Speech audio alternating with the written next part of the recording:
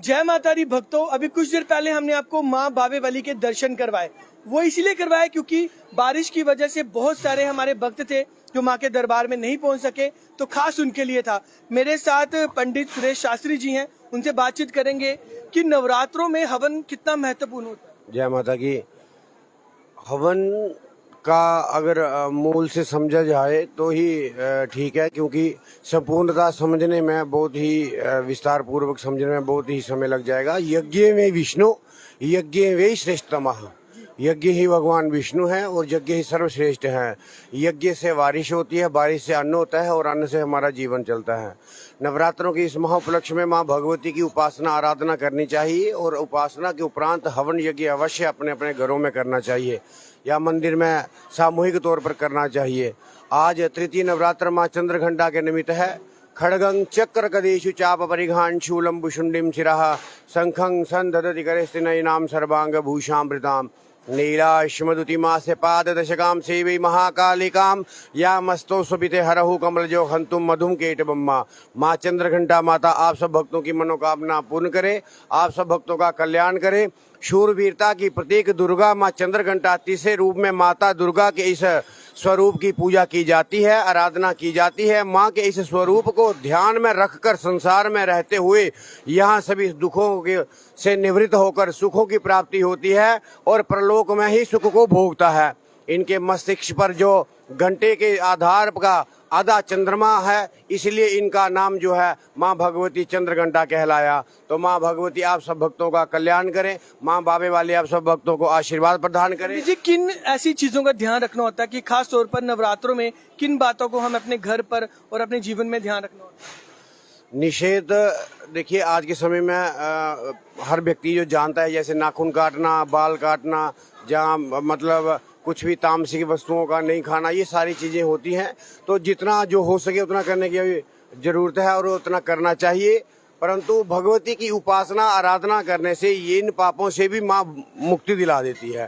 तो परहेज करना चाहिए हर चीज़ का, सात्विक रहना चाहिए, सात्विक बोलना चाहिए और माता का गुणगान करना चाहिए। नवरात्रियों का ये जो त्योहार है, नवरात्रि का विशेष रूप में माना गया है, तो माँ भगवती की पूजा आराधना करनी चाहिए। अपने घरों में कन्याओं का पूजन करना चाहिए, हवन यज्ञ करना चाहिए और इत्यादि धर्म कर्म रामायण पाठ इत्यादि जो है वो करने चाहिए। तो विशेष तौर पर उन चीजों का लाभ नहीं। बिल्कुल बिल्कुल। और ओम ऐंग ह्रीं क्लीं चामुंडा यही बिचे, ये मूल मंत्र है, निवारण मंत्र है। ये सबसे छोटा मंत्र है और सबसे पावरफुल मंत्र है। इस मंत्र का जाप सभी भक्तों को करना चाहिए। 1.25 लाख करिए, 2.25 लाख करिए, 3 लाख करिए, 5 लाख करिए, 5.25 लाख करिए और 5 लाख 5.25 लाख करने के उपरांत इसका दशमांश जो है वो हवन करना चाहिए, फिर मार्जन करना चाहिए, फिर तर्पण करना चाहिए और उसके बाद ब्रह्म भोजन इत्यादि कराकर जो है कन्याओं का पूजन करना चाहिए।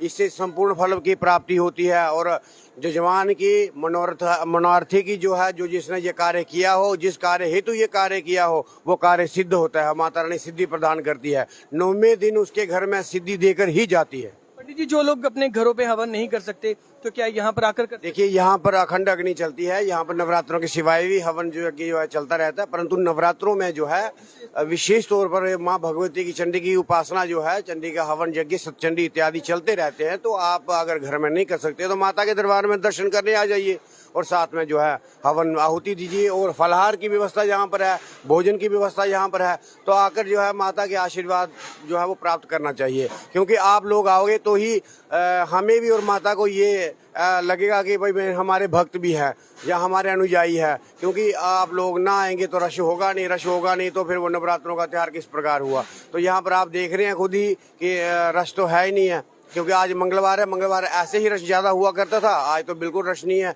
थोड़ा बारिश मौसम का भी थोड़ा सा वो है, लेकिन कुछ लोगों के मनों में ये होता है कि नवरात्रि है, रश होगा ज़्यादा। तो ये चीज़ नहीं है कि रश है नहीं है वैसे, परंतु आप लोगों को आना चाहिए। जय माता की। रश हो तभी भी आपको आना चाहिए। रश में अर्थात आपका जो है पूर्व जन्म में किया हुआ पाप कटेगा। लाइन में जब आप लोग आएंगे, माता का गुणगान करते हुए आएंगे, थोड़ा सा कष्ट आपको प्राप्त होगा, तो उससे जो है आपका पूर्व जन्म में किया हुआ पाप, इस जन्म में किया हुआ पाप वो कटेगा, क्लेश कटेगा और सुख की अनुभूति होगी, सुख की प्राप्ति होगी। तो लाइन में आना चाहिए और लाइन में हो जैसे भी हो आपको आना चाहिए, माता के दरबार में दर्शन करने चाहिए। जय माता दी। बता दूं कि नवरात्रों में खास तौर पर आप माँ के दरबार में जरूर आएं और यहाँ पर हवन करें। और जैसे कि पंडित जी ने बताया कि किन किन बातों का हमें विशेष तौर पर ध्यान रखना है, उन बातों का आप जरूर ध्यान रखें। और जो लोग माँ के दर्शन नहीं करने आ सकते, और हम कोशिश करेंगे कि अपने चैनल के माध्यम से आपको लाइव दर्शन करवाएंगे। जय माता दी, और जय माता दी लिखना ना भूलें।